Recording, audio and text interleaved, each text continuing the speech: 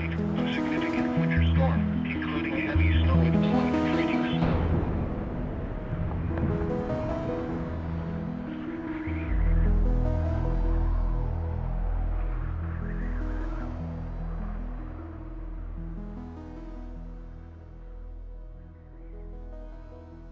Hello and welcome to the SnowBrains podcast, where it's my job to interview the most interesting people in the snow sports industry and pass their fascinating knowledge onto you, our listeners. I'm your host, Miles Clark. I'm a professional free skier, a mountain guide, an Alaska heli ski guide, a UC Berkeley molecular cell biology graduate, the founder and CEO of SnowBrains, and many of you know that I chase snow. And right now, it's really difficult to chase snow in the Western US. Salt Lake City has only seen 0.1 inches of snow this year. Boise, Idaho has also seen only 0.1 inches of snow this year. Colorado's experiencing its lowest snowpack on record, and records go back to 1987. In Utah, 20 of their snowpack monitoring sites are at record low levels as of early January. Every single major basin in Oregon is reporting 50% or lower snowpack levels right now. Needless to say, it's a rough season, and I just bought a ticket to Chamonix, France. I got some buddies out there. The truth is, it's not really any better over there, but I just figure it's time to try something new. Untracked powder and perfect corduroy, these are the things that skiers and riders live for. But finding either at the big name resorts in Lake Tahoe can be almost impossible these days. That's why Tahoe locals have gravitated towards Diamond Peak Ski Resort when they're looking to get away from the crowds and find a bit of space. Diamond Peak offers 1,840 vertical feet of steep north-facing groomers, hidden powder stashes, and incredible views of Lake Tahoe from the slopes. Visit www.diamondpeak.com for more information and special deals. My guest today is Dr. Fawad Mian, a board-certified neurologist and founder of Advocare Wellness MD. Dr. Mian trained in traditional neurology and sleep medicine, treating everything from headaches and concussions to dizziness and chronic pain. And he's seen a ton of head injuries and other injuries in the snow sports world. Over time, he saw the limits of symptom-based care and shifted towards a more root-caused approach, blending neurology and regenerative and functional medicines. Today, he works with patients who want to stay active, avoid surgery, and keep doing the things they love as they age. We'll talk brain health, injury recovery, concussions, traumatic brain injuries, and especially helmets in the snow sports space, and what modern medicine gets right and wrong when it comes to healing. Hello, Dr. Mian. Welcome to the show. Thank you very much for being here. I know you're busy. How are you today? Great. I appreciate you having me on this show today and forward to this. Me too. Absolutely. I'm ready to learn a lot because this is something that just comes up again and again and again with my friends, to be honest, and the people that I love and care about, people I work with. Yeah. And I always ask folks, when did you ski last? Well, my answer is going to be a complicated answer. I'm out here in the Northeast. Doesn't mean that people don't ski out here, but it's probably been over 20 years. And the reason being is because I had an ACL injury from playing sports a long time ago. Mm-hmm. And, even then, the first encounter I actually had with skiing was actually during my college. University of North Carolina is where I went. And they had a ski course. I was like, this just sounds cool. I've always wanted to do this. So I did. It was fun. The first day or so was a little rough because you're not used to it or whatnot, but I really enjoyed it. I'm like, okay, I got to do this again. And, I was able to do it again another time or two. But when I was in med school, I was playing sports and, I kind of just tore my ACL and I had it surgically repaired, but I had never felt the same. And so I was always afraid of getting back on the slopes with a knee that wasn't quite as stable. And so, unfortunately, I have not gone back since. Well, that's me every day. I wear a huge knee brace and have all kinds of knee problems. But you'll find that that's quite common in our industry. But I also think that you're smart for protecting it that way. Well, Dr. Mian, today I'm really excited to learn all we can about head injuries, concussions, helmets, and skiing and snowboarding. But really quickly first, I'd love to hear your quick and dirty life story. Oh, okay. All right. I'll give you the Cliff Notes versions for Only the people older than us would like understand what that even means. That's right. I know. I think they call it something else now. Yeah. So the abbreviated story is, first 8 years of my life in Jersey, then moved down to North Carolina, lived there for a long time, and then kind of New York, Pennsylvania, back in Jersey. But started out as a neurologist and finished up my training around 2008, 2009. And one of the things that I started getting into outside of just common neurological issues like head injuries or whatnot is I also got into more holistic treatments and regenerative medicine too as well for my own personal injuries. So I mentioned the ACL that wasn't there, that was theoretically surgically repaired when it wasn't. I had some shoulder issues, some foot and ankle issues, some bad plantar fasciitis, some EC joint issues and all that. And at every stopping, I was told you need to have surgery for this, this, and this, or something needs to be chopped out of some sort. Already failed the ACL surgery, had other surgeries which kind of left you issues. And I got into things like PRP, stem cell therapies, prolotherapy, which I think is a little bit more, I think people out west are more open-minded to those kinds of things in general, from what I see. There is also some big groups out there too as well that does it. So I got into that and integrated that as part of my practice. And so I've been kind of blending between neurology, holistic medicine, regenerative medicine over the last 12 to 13 years. And I found it more gratifying doing it that way versus just traditional allopathic medicine. That's great. Well, thank you for that quick and dirty backstory. Yeah. And I appreciate that too. That's what I'm in a big PRP cycle and doing everything I can to not get a knee replacement because that's the direction I'm headed. But that's another podcast. Yeah. But for us today, though, we really want to talk about head injuries. So to start, tell us exactly what we hear about TBIs or traumatic brain injuries all the time. What qualifies as a traumatic brain injury or TBI? So, essentially what it is the brain goes from rapid acceleration to deceleration. And to say this like in English, where it makes sense, think about it as like if you had a can of beans or something, and you just shook it like this, right? Everything is ricocheting back and forth, and things are kind of bouncing around. That's literally what happens to your brain, is that it kind of ricochets when it does that. It depends on it, if it's rotational force, if it's straight ahead or whatnot. And so you have what we call like a coup contra coup injury. So the direct impact and then the rebound part of it people can get.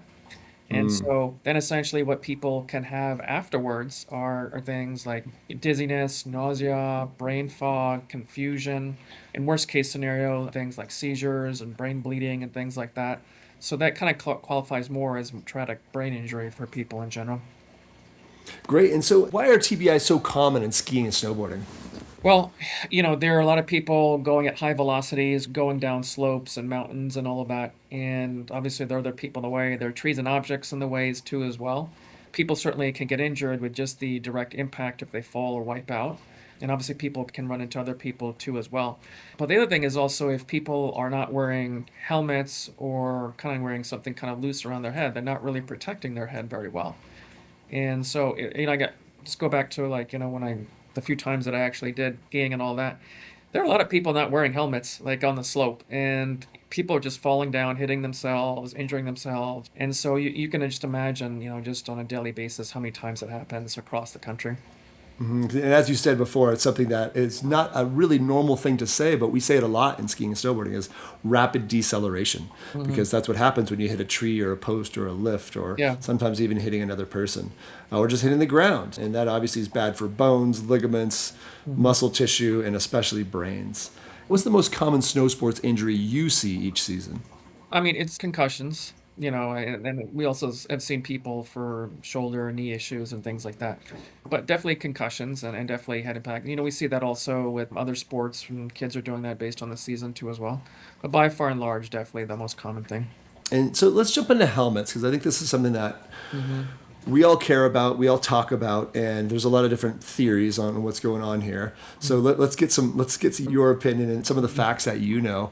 So let's just start off with a blunt question. Should skiers and snowboarders be wearing helmets, and why? Absolutely. This is kind of like if you're not going to do that, it's where we have little kids but doing scooters and things like that with helmets, is just you're likely to have more of a head injury and a fall, especially even if you're a seasoned person too as well. At the very extreme version, we're trying to prevent skull fractures. But then at the same time, we're also trying to prevent these TBIs and these concussions. So definitely everybody should be having it on. And how often should we be wearing them? All day, every day. I agree. Absolutely. Until you get into the ski lodge and you don't have to worry about anything. I like that. From the car to the bar. Yeah. And I do hear this sometimes. And some of the most famous people in skiing and snowboarding, like Travis Rice, who is maybe the best free ride snowboarder in the world and has been for a long time, he doesn't wear a helmet. And you hear some people on the slopes saying things, and I don't know if it's anecdotal or just something in their brain or almost conspiracy theory in a way, but they say wearing a helmet makes them less safe because they're more likely to hit their head because the helmet's heavy and it's big, and helmets don't do much in a big crash anyway. Are they correct? No. I mean, absolutely not. There's one thing to say that, hey, when you're skiing and you don't want to have something on your head because for whatever reason it makes you feel kind of funny or you feel like you have something on your head.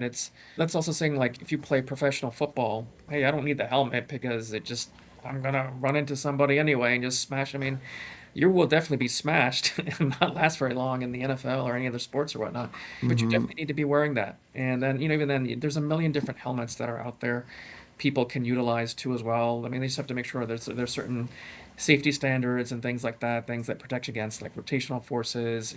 Comfort's important. The fit's really important too as well to make sure it's not kind of tilting back or anything like that. And whatnot. But ideally, you definitely want to be having them on so that you don't end up in my office is really what it boils down to. What should we be looking for in a helmet when we go to choose one at the store? So first off, I'm not advocating any brand by any stretch of the imagination because there's a million of them out there. But, one of the things you definitely want to have with the helmet is make sure that it actually fits properly. You want to make sure something is not loosey-goosey, so to speak, and it's kind of pushed around, moved around a little bit, because it's not going to give you the correct support that you're going to need. God forbid you do end up with an injury or anything like that. Also, you just want to make sure all the straps fit properly so that you do keep snug too as well. And I think the other thing I would say is that if you've had a helmet for like a long time that's starting to loosen up, obviously correcting that, but also if that helmet has taken a lot of damage or impacts as it is, it's not going to give you the same kind of protection as something that doesn't have that kind of damage. So those would be the things that I would look for. Yeah, it does seem like even getting a new helmet every 5 years or so is probably a good call because they just get beat up in travel and being in your bag and things like that as well. Have you heard about this technology called MIPS? It's something that's in the helmets that I buy. It's called a multi-directional impact protection system. Do you look into that at all? I mean, this is something I kind of know like a little bit loosely about. I know it has to deal with like rotational protection. And so, the idea being that depending on how you hit things or whatnot, help mitigate impact with that. And I know that, at least with helmets, it's kind of talked about to try to have something that has that kind of level of protections, especially for someone that's like a frequent snowboarder or skier. Absolutely, yeah. That's something that I look for. It's just a product feature when I'm getting a helmet. I looked up these numbers, and so this might be something you're familiar with already, but I thought I'd spew this to our audience. So this is the National Ski Area Association, and they're saying around 90% of skiers and snowboarders are wearing helmets on the slope. And this was in the 23-24 season, so quite recent. And as early as the early 2000s, only 25% of people were wearing helmets. So that has skyrocketed. And I know I got my first helmet in about 2000. A good friend of mine hit his head and had a helmet, and I think it saved him. So that really triggered me. And so I think we're just reiterating that helmets are really important. Make sure they fit, which I think is really critical. And so let's jump into concussions, because this is something that a lot of skiers and snowboarders have experienced, or at least somebody they know has experienced. So a lot of us get concussions while skiing and riding. I've had at least 3 skiing. What should we do if we get a concussion on the slopes? Like, what are the first things we should do? Well, number one, stop skiing. Don't get back on and say, get back on that horse or on the skis or snowboard. And I have done that. And why is that a bad thing? Well, here's the thing, right? You don't know to what extent injury that you have. You can look at, I'll give other analogies outside of like the snowboarding sports. You look at like people who are, playing football too as well. And you've seen them, they kind of run in, they have a concussion. They're like, okay, I'm going to get up and go back. And they're kind of wobbling and they fall back down on the ground. They're confused. They have no idea what's happening. And so you can imagine if you're trying to attempt to do that going downhill at a high velocity and then you get another impact, then the symptoms can be significantly severe. Increase your risk of obviously having brain bleeds and things like that too as well. So it's something you don't want to be doing. So you definitely want to stop. You want to make sure that somebody checks you out. And then I would say kind of take it easy for the rest of the day. Make sure you're getting evaluated. And how do we know if ourselves or a friend has a concussion? So common things one may deal with are things like headaches, nausea, vomiting, dizziness, There could also be some level of confusion. And then just like headaches I see run the mill, even like in the office, people can feel like some sensitivity to things like light. They may feel that they're also, you can see people who are like off balance too as well. So the injury going to different parts of the brain. And some people, honestly, when they get concussions, they're like, I just don't quite feel right. Or they feel like they're slow. They almost had like a bit of a brain fog, essentially. Well, and what would be a go to the emergency room now type of red flag after someone hits their head skiing or snowboarding? So I would say, so, just right off the bat, if somebody has a head impact and then they have a seizure, that's one thing for sure, because that's the extreme thing. That's scary. If they have a headache that's just progressively worsening and it's not getting any better, I would say also if there is confusion and disorientation, I think that's also really important. And I would say the other thing is, when you get concussions, sometimes you can feel sleepy and tired, but if it's just like a really severe drowsiness and the behavior is a bit different, then I think that's really when somebody should be evaluated. And if there is anybody with any medical experience of any sort, things we may look at are just pupils unequal or whatnot, because that can maybe be related to injury. So these are the things that you would definitely want to hone in on, going to the emergency room. Makes sense. And then what if somebody has blacked out, they go unconscious for a little bit? This could be 1 to 2 seconds to, who knows, 30 seconds I've seen before. Yeah, so that still would be qualifying as concussion with the loss of consciousness. And so, even if it was for a couple of seconds or whatnot, you wouldn't want to go back out there and start skiing again until you get checked out. Absolutely. One thing that has been really common in my experience is people ask over and over, what happened? And then you tell them what happened, and then literally a minute or two later they ask, wait, what happened? And is that another definitely go to the ER type of sign? Yeah, I would still get evaluated for something like that, but we call that, from what I do, it's called retrograde amnesia. And so it's kind of like, obviously you remember things a couple of years ago or important things, but you're not going to remember the events leading up to the injury. Not just exclusive to this, I've seen it many times in many other realms too as well, but very common to see that. What kind of first aid should we apply as the friend of a guy who just hit his head in those first minutes right after the injury? Well, so one of the things that we would want to do is obviously see if the person's responsive, see if they are acting a bit confused or anything like that. That would be one thing. And there's some cases, depending on the level of the head injury, sometimes you may need to call for help and then make sure they get their neck stabilized too as well. Because common what we use, learned in school, the head bone's connected to the neck bone, like in layman's terms. And so if you do that, you may also have an injury to your neck that may not be aware of, and especially if there are any fractures in the spine. You want to make sure that that's supported, it gets imaged to make sure that's cleared so that you don't have to worry about the neck. That's scary stuff. And something that we always learned as kids, because I know we're a similar generation or the same, is don't let someone sleep after a concussion. Is that still a thing? Is that still a best practice? Not necessarily, because I've seen a lot of head injuries. Some people may have a little bit of drowsiness and they may naturally want to do that. Sleep is okay, but you definitely want to make sure that you get have a proper evaluation. The point is you don't need to be awake all night. When people have head injuries in general, no matter what it's from, people are going to feel more tired, more sleepy or whatnot. They're going to want to go to sleep. That doesn't mean that we keep them up all night, all day, and make things worse, because the brain's going to need to have some level of quiescence to sort of make things better. Because we used to always hear, if someone has a concussion, don't let them go to sleep because they might not wake up. And so it sounds like that might not be so much of a thing anymore. Yeah. And then what about having a beer afterwards? Because this is something we see all the time, because it's very common in skiing and snowboarding to get a beer after skiing and snowboarding. So you hit your head at noon or 1 o'clock, and people think, oh, great, I can go start my après ski a little early. Yeah, so I'm not the popular one when it comes to talking about alcohol, because it's actually technically a toxin. It didn't matter if you hit your head or not. But look, you don't want to be drinking alcohol after having had a head injury, because here's what happens is when you drink alcohol, it's going to mask things to a certain extent. And so when you have that, and if you have a brain injury, you may have a problem. Maybe there might be some increased swelling. It may actually impair your recovery because your body needs to reset itself a little bit. So even if it's just a little bit, you don't want to be doing it. You definitely want to be avoiding it. Make sure that you're getting properly checked out and all of that. And ideally trying to avoid it as much as you can until there's some level of recovery.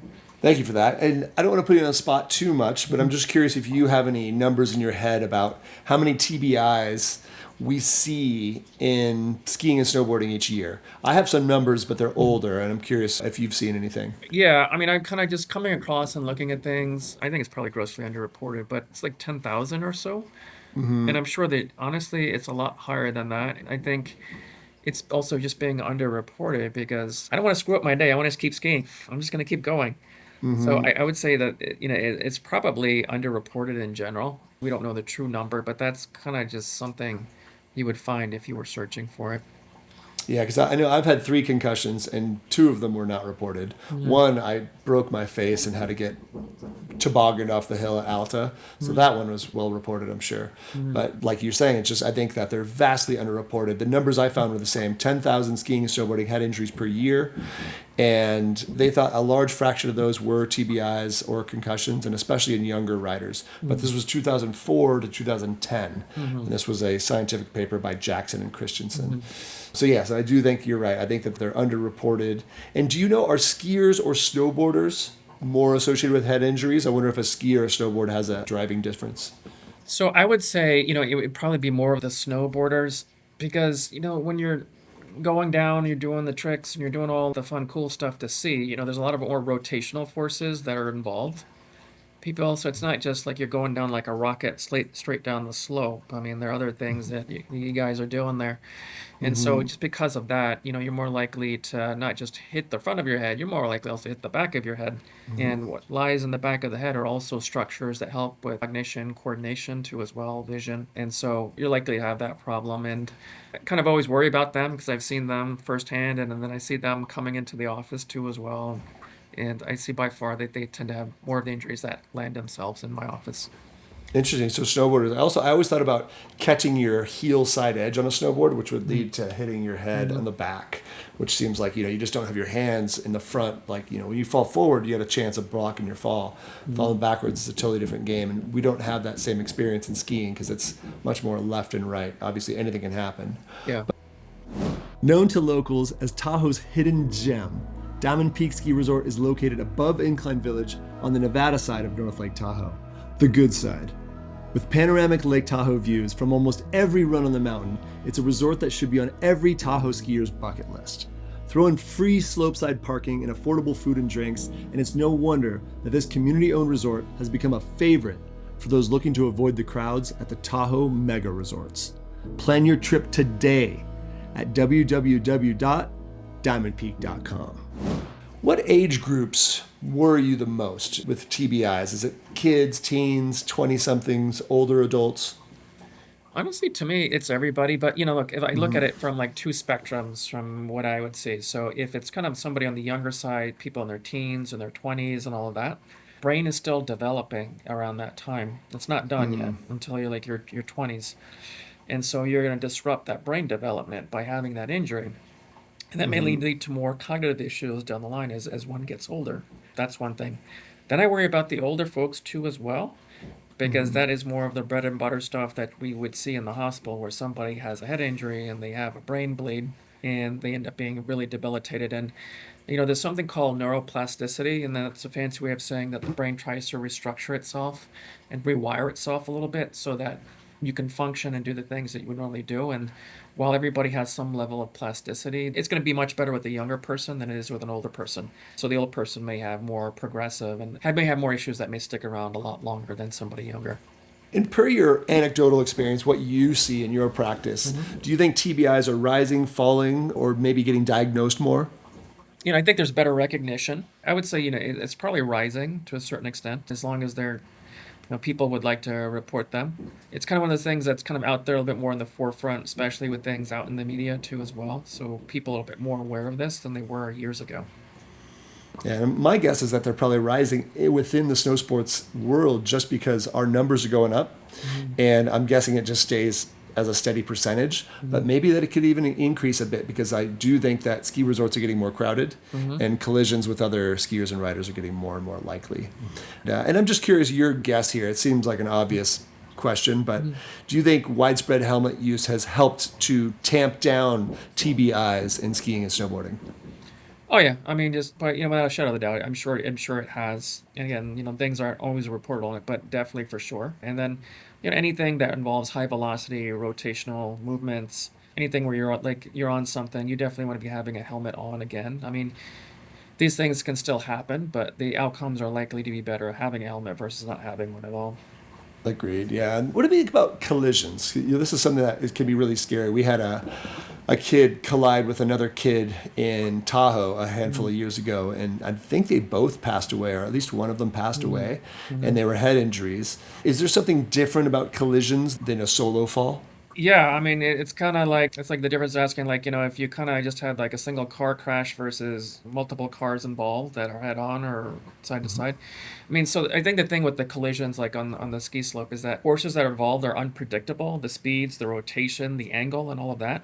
So the injuries are likely be more worse ultimately if people end up doing something like that versus if, hey, you fell down, you wiped out, aside from obviously hitting objects that are on your way down.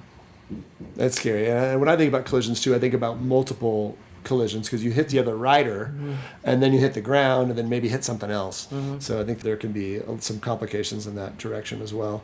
And then what about terrain parks? I'm sure you're familiar, but we have lots of jumps and rails and features to play with in these terrain parks at ski resorts now, which are quite common. And do you think terrain parks cause more head injuries than just the traditional slopes we normally ski on? I mean, the more stuff that you have around to try to do things and different movements and things like that, I mean, you're more likely to have more head and neck injuries ultimately. And even then, like when people are doing these things, depending on how things are made, maybe the landing may not be so great when they're actually doing trick two as well. So you got to make sure you do your due diligence and make sure that you know what you're doing before you do it. Absolutely, yeah. Start small and work up. Because I looked this up as much as I could, and I just found some studies suggest and try to show that head and spine injuries can be as much as twice as common in terrain parks. But there was no real strong numbers on that. But I think anecdotally, we can all agree, yeah, people doing jumps and flying far from the ground are going to have a higher chance of smacking their head when they come back. Do you ever hear about last run of the day type of injuries? A lot of people even say, hey, let's do 2 more minus 1, or let's do 2 more, skip the last. People don't even want to talk about that last run of the day. And so I'm curious how much you think fatigue and last run of the day decision making matter when it comes to TBIs. I mean, I think it makes a big difference, right? Because if you're fatigued and you're mentally tired too, doing these things, or at least when I did them too as well, it takes a lot out of you and you're tired. And, and then may not have the best judgment in terms of, when you're going down the slope or you're deciding to do some tricks. Your reaction may be off too as well, just because you feel a bit mentally slowed. So I think, you're more likely to get injured. You even see that like in other sports too as well. People just keep pushing past it and eventually they end up with an injury just because they didn't listen to their body.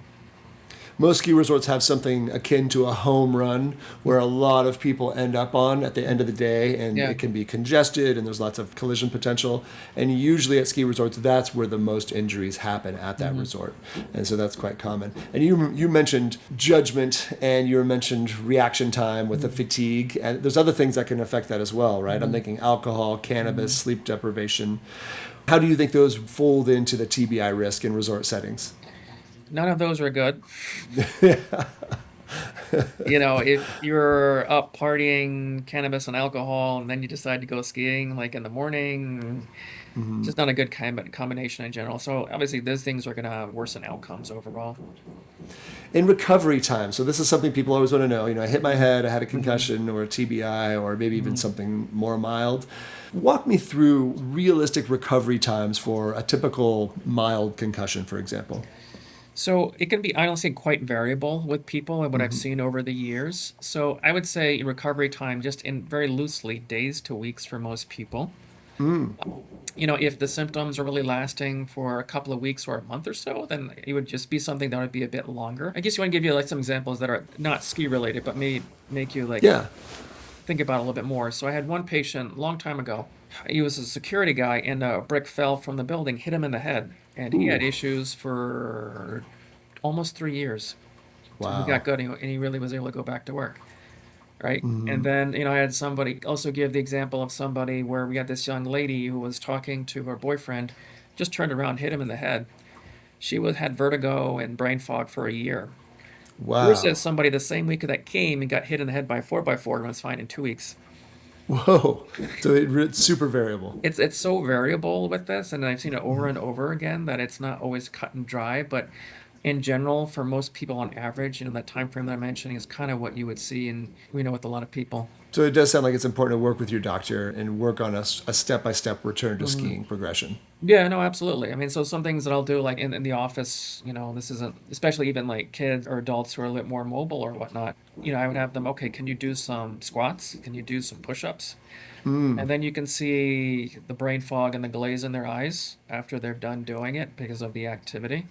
And then you kind of hold them back a little bit. I mean, there are other things that, there are other programs and protocols used by schools, things like that kind of use a bit more of a graded approach. But one of the things I also like to see is if somebody has this, it's not just, wall themselves off like in a dark room for a couple of days. Because I feel like people end up being worse that way. It's kind of, okay, maybe after 20, 48 hours, do like a little bit of like light activity. Kind of gradually build your way up until you feel like you can start doing the more going back to skiing and all that. But we want to take it slow. We won't rush into anything. And what does that mean if symptoms come back during physical exertion? And what physically is happening in your body when that happens? So what's happening with that is that we're talking about, things with blood flow and synapses and all that are kind of going out of whack. And so when I see something like that in somebody, I feel like they still have that symptomatic part of it because physical exertion can make people feel a lot worse. That starts happening. And so that means that recovery, we talked about the plasticity before earlier, is still not quite there. And so we want to give that brain some quiescence a little bit before we go back to doing something a bit more exertional. Athletes, I'm guessing your answer is going to be coming back too soon, but what do you think the biggest mistake athletes make during their recovery from a TBI? Oh, yeah. I mean, to your point, yeah, definitely coming back too soon, especially if somebody is, whether it's a professional sport, a college sport, even high school sport, we see all the same kind of things over and over again, or somebody who even does it recreationally, but that is like a big part of their life. Obviously, you want to get back to what you're doing, going back on the slopes and all that. And so definitely if you're kind of rushing back into that and you get more head injuries, then you may have more cognitive issues down the line. So you're better off waiting than being able to do what you love, going at a slower pace versus going back too quick and then risking another injury. How do we know if we're ready, truly ready? Is it just a complete lack of symptoms? You can practice doing some physical exertion and you don't have any symptoms returning? Yeah, so that part of it. So another way you can also test things out is like, okay, can you look at your phone and your computer screen without getting mentally fatigued or getting a headache? Right? And so that often goes missed. And it doesn't have to be super exertional, but it's mental exertion that often goes missed. And so if you're able to do all those things, you're able to do some light activities, maybe you're able to go to the gym, lift some weights, maybe go out for walks, or you're able to do your job without a problem, then you're more likely to be able to go back on the slopes much quicker. Another thing that we encounter a lot is multiple concussions. So I'm curious, what changes after a second or third concussion biologically? Because I know skiers who have been told, stop skiing, never hit your head again. You've had too many concussions. And instead they're out there throwing double backflips and hitting their head and continuing to string along the concussions. So I'm just curious, what's going on there as people get multiple concussions? What point is it too much? You can't hit your head anymore, and what are the consequences of not following those instructions? Yeah, so just from like a more of a nerdy, sciencey way to people understand, so we have something called gray matter and white matter. So gray matter is our neurons. White matter are basically like the highways that connect from one area to the other and provide information for synapses too as well. And so there are different imaging modalities that look at this stuff. It's not really readily approved by insurances or whatnot, but we're able to look at these connections being disrupted. And so you can't see that on a regular MRI unless it's more of like a very significant injury. But on these certain sequences of these MRIs, you can actually see that disruption in that neural network or whatnot. So what that means is that the more injuries that you have, you're more of disruption of those neural networks. And so your recovery is going to end up being slower. You're probably going to have a little bit more of the brain fog, more sensitivity to things like light and headaches, and you risk more long-term cognitive issues too as well. I think also in the long run, that's going to probably impair your ability to even do things like getting back on the slope and doing what you enjoy doing. So we want to be really careful about all of that too as well, so that we don't run into these issues constantly and that we take the proper precautions, we take the time off, so we don't land back to having more significant injuries. And what might be some physical consequences of having too many concussions? Do people end up ataxic, meaning, they're not as on balance as they used to be? So ataxia is one of them. So that's just a fancy way of saying that they're imbalanced. They feel like there's a lack of coordination. And then obviously anything that you may utilize, whether it's alcohol or they utilize medication, they may feel more ataxic and off balance. If they're doing jobs that require them to have some level of balance that are also physical labor, they may not be able to do those kinds of things. Number two, people will also have more cognitive issues and brain fog. So meaning it's kind of harder to think. The processing speeds are a bit slower too as well. So if they have any activities they do or job occupations that require them to be sharp, they may not be quite as sharp too as well. So that can be obviously detrimental in the long run. Scary stuff. So yeah, it's important if you've had concussions to not get any more and do what you got to do to protect your brain. Yeah. I was looking up second impact syndrome. Could you tell us about second impact syndrome in simple terms and who is actually at risk here? Well, I mean, I think, just in simple terms, that second impact is, so what that really describes is that when you have that second injury, you can have really significant swelling in the brain, more likely to bleed and whatnot, and have like significant edema. So once we start seeing that, that's the stuff, the more of the bread and butter stuff we would see like in a neurology office, where if somebody had like a stroke from various different things, and so, that can be something that can be quite devastating to have something like that and land you in the hospital, and also can be life-threatening too as well. And fortunately, this seems to be seen more like in younger folks ultimately. So that's why we always want to make sure that we protect them. Does second impact sort of refer to two head injuries in a short amount of time? Yeah, it's in a short amount of time, and so and again that goes back to the stuff we talked about. Like you got injured on the ski slope, and you decide to run it back, and then go back down the slope again. This is the extreme version of why you would not want to do that. So tell us about CTE. I'm going to say it wrong. What is CTE, and do you worry about CTE in snow sports? Because it's something we hear about in football all the time. Yeah, so I mean, with any repetitive head injury, so if you're having things over and over and over again, that's kind of when we really worry about things like CTE or chronic traumatic encephalopathy. That's just Encephalopathy. That's the one I can never say right. it's just a bunch of like vague nebulous terms slapped together, saying that you have significant dysfunction, and they can be in multiple realms, from your cognition, memory, personality, speech, amongst other things. It's obviously more in the forefront because of like football players, because there's always repeated impacts throughout a game. Obviously, if you're playing on the line or you're a receiver, probably more likely to have more of those, being running backs and all of that too as well. And so these things are they're very real and they happen, but they happen over time. So somebody playing sport like that, more likely to have something like that. Maybe skiers or snowboarders a bit less, but there is still that possibility, especially for those people that are not really trying to take care of themselves and they keep going out and getting injured over and over again. That is definitely a possibility. Do neck strength, balance training, reaction time, does that help in prevention of TBIs in any way? I mean, we know football players have massive necks to protect their neck probably and maybe their head. Does that stuff help, or is it anecdotal talk? Like if you do you have to go back and look at all of the research on that or whatnot. I'm sure there's some research articles on that, but just from the idea of like what I do, like on a daily, the stronger the muscles are, like in the head and the neck and area, and the more balanced things are, you're more likely to be able to deal with more of like a rotational injury, especially you turn your head and you're hitting your head, versus somebody that's got not a ton of neck tone, really underdeveloped, and their neck is getting whipped around like that. So you're more likely to have more of an injury with that. So I would say, it's something that's important, but that doesn't mean that you're one of those guys that goes to the gym, you hang the weight off your head and your neck and you're doing all that stuff. You can still develop that just by weightlifting in general, or just doing other exercises too to try to help stimulate that. Sometimes working with a functional movement person sometimes could be helpful to try to help with stability of the neck. All right, that's great. So there is some validity to having some real neck strength. Yeah. So I like to hear that after working on that more myself as well. And I heard you say whiplash or whip at least. And it did make me think, is there a difference, because you hear about in car accidents at least, is there a difference from a collision type of TBI and a whiplash type of TBI? Well, here's the thing. I think it's kind of hard to like tease this stuff out.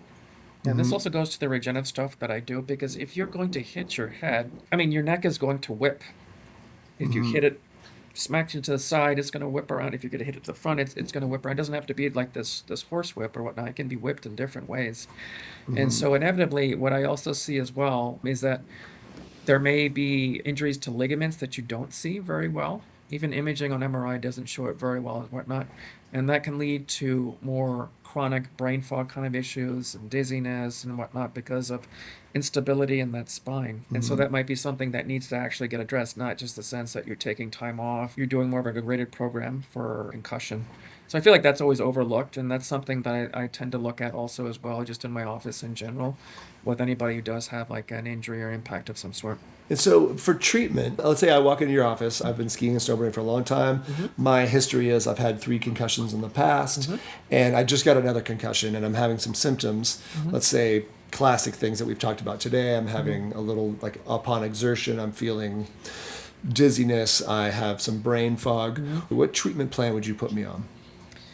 So it's not like a one size fit all kind of thing without knowing everything beyond what you just told me or whatnot, because it's possible that we may look into multiple different things that are going on, right? So definitely looking at the head and the neck and seeing how things are structurally are important. So we mentioned the regenerative stuff early on. So things like PRP and autologous stem cell therapies. I'm not talking about the umbilical stuff derived in bottle kind of stuff that's kind of around.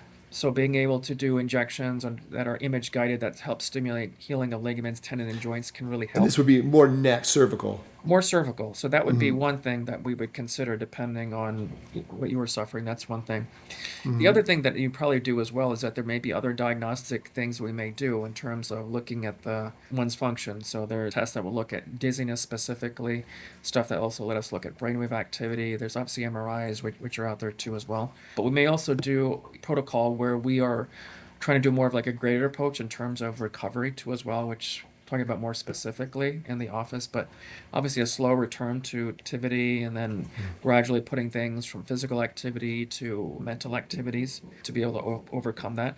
And then more often than not, with a lot of people, there's been some research and some evidence showing that if we can kind of get people or more, and I kind of look at it this way, more natural, holistic anti-inflammatory stuff, like just for example, like turmeric and fish oil and magnesium, you're more likely to have a bit reduced symptoms over time. And I have a lot of people on these things. I would say, to any viewers and listeners, you have to make sure that, you check with your doctor to make sure that this is appropriate for you to begin with. But we have a lot of people on those kinds of things. There are some other things that help with called mitochondrial function too as well at the cellular level. Those are like the cell respirators, so to speak, from the lungs of the cell. And we may target those things too as well.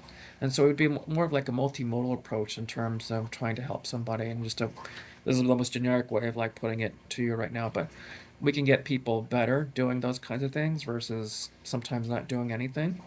Doesn't mean that sometimes not doing anything is not helpful either, but sometimes we can really help people overcome their issues, particularly if things have been lingering on for a while.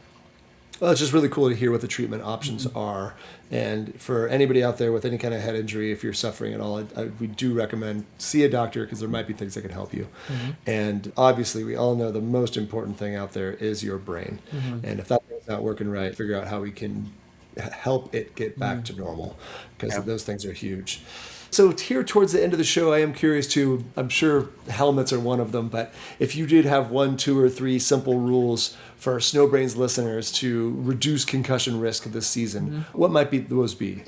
So definitely to your point, definitely make sure that you have a properly fitting helmet to protect yourself. Be careful and wary about doing those last runs of the day kind of thing where you are mentally tired and fatigued. If you're feeling that way, hey, if you got a ski trip or snowboarding trip for a couple of days, you can always do it the next day. Just to enjoy yourself at the lodge with your friends, your significant others. Probably better off in the long run with that. Also, God forbid, if you do end up with an injury, you want to make sure that you definitely do stop and you get checked out. Great advice, especially that last one, because a lot of us tough things out, as I have at least twice out there. So very good advice. So where can people follow your work, Dr. Mian? Yeah, so our website is prolohealing.com, and we're also at Advocare Wellness MD, so those 2 sites, people can, find more information about what we do. Terrific. I appreciate that because we really appreciate who you are and what you do because as skiers and snowboarders, this is a sport like American football where there's a 100% injury rate. So if you ski or snowboard, you're going to get hurt. So we really lean on and require great doctors and nurses and everybody in the medical staff to help us get back on snow. And it's really important to us because most of us really identify with this as being a huge part of our lifestyle. I really appreciate you coming on the show today, Doctor. And I am curious if you have anything else you'd like to share here at the end of the show. So if I had to say one thing to all the viewers is that protect your brain because you only come with one and it's a lot harder to fix than a knee or another joint in your body. Absolutely. Great advice. Again, thank you so much, Doctor, for coming on the show. Terrific rest of the day. And I will be in touch soon. All right. Awesome. Really appreciate it. Thank you so much for listening to the SnowBrains podcast. If you liked this podcast, please share with friends and family, and please be sure to subscribe. To find out more about SnowBrains, please visit us at snowbrains.com. You can also find us on Instagram, X, Facebook, and more. Okay, you've heard about the views, the powder stashes, the great grooming, and the low-key vibe of Diamond Peak Ski Resort. If you're looking to give it a try and want to save some cash, Diamond Peak is offering $60 lift tickets on select days as part of their 60th anniversary celebration. Check their website, www.diamondpeak.com, and search for $60 days to find all the dates you can take advantage of these special deals. This episode of the SnowBrains podcast was edited by Liam Abbott, and I'm your host, Miles Clark.